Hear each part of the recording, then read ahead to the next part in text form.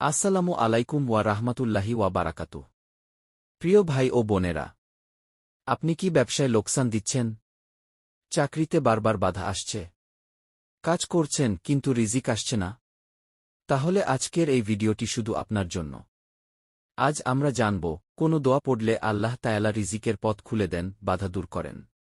কোরআন ও হাদিসের দলিল সহ। প্রথমে জানা দরকার, ব্যবসা বা চাকরিতে বাধা কেন আসে।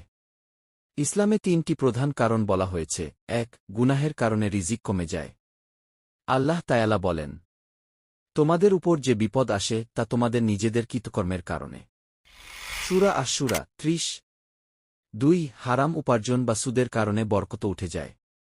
রাসূলুল্লাহ বলেছেন, যে ব্যক্তি হারাম উপার্জন করে তার দোয়া কবুল হয় না। সহিহ মুসলিম।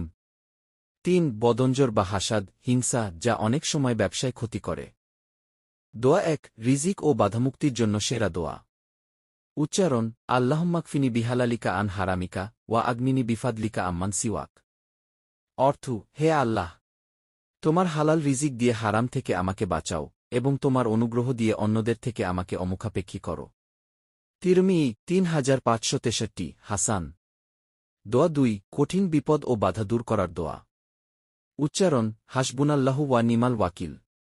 অর্থ: আল্লাহই আমাদের জন্য যথেষ্ট এবং তিনিই সর্বোত্তম কার্যনির্বাহী। সূরা আলে ইমরান 173। ইবনে আব্বাস বলেন, ইব্রাহিম আগুনে নিক্ষিপ্ত হওয়ার সময় এই দোয়া পড়েছিলেন। এতে আল্লাহ আগুনকে ঠান্ডা করে দিয়েছিলেন। ইস্তিগফার রিজিক বাড়ানোর চাবিকাঠি। আল্লাহ বলেন, তোমরা তোমাদের রবের কাছে ক্ষমা চাও, তাহলে তিনি তোমাদের উপর আকাশ থেকে বৃষ্টি বর্ষাবেন এবং তোমাদের সম্পদ ও সন্তান বৃদ্ধি করবেন। সূরা নূহ 10-12। হর 3। কখন ও কতদিন পড়বেন? 3:30 থেকে 4:30। ভায়েসোভার কখন পড়বেন? সময়। কারণ: ফজরের পর। দিনের শুরু, রিজিকের দরজা খোলার সময়। আসরের পর। হাদিসে দোয়া কবুলের বিশেষ সময়।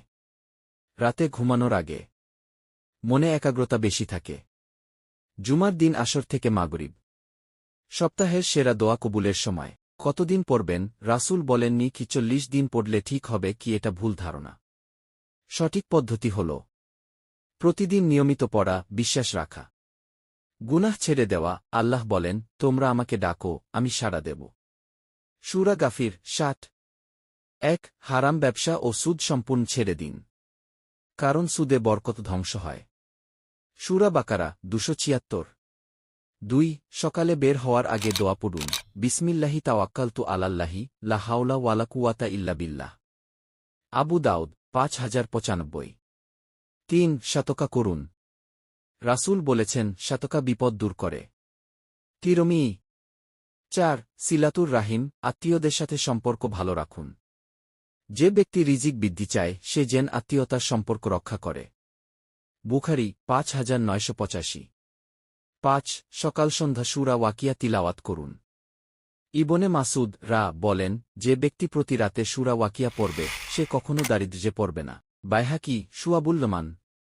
প্রিয় ভাই ও বোনেরা, মনে রাখবেন, আল্লাহ তায়ালা কারো রিজিক বন্ধ করেন না। বন্ধ হয় আমাদের গুনাহের কারণে। তাই আজ থেকেই ইস্তিগফার বেশি করুন, হালাল পথে চলুন, আল্লাহর উপর ভরসা রাখুন। ইনশাআল্লাহ আল্লাহ পথ খুলে দেবেন। এই ভিডিও যদি উপকারী মনে হয় এখনই লাইক করুন, শেয়ার করুন, কারণ একটি শেয়ারে আপনার কোনো ভাই বা বোনের জীবন বদলে যেতে পারে। সাবস্ক্রাইব করুন সৈয়ফুল 24। আল্লাহ হাফেজ।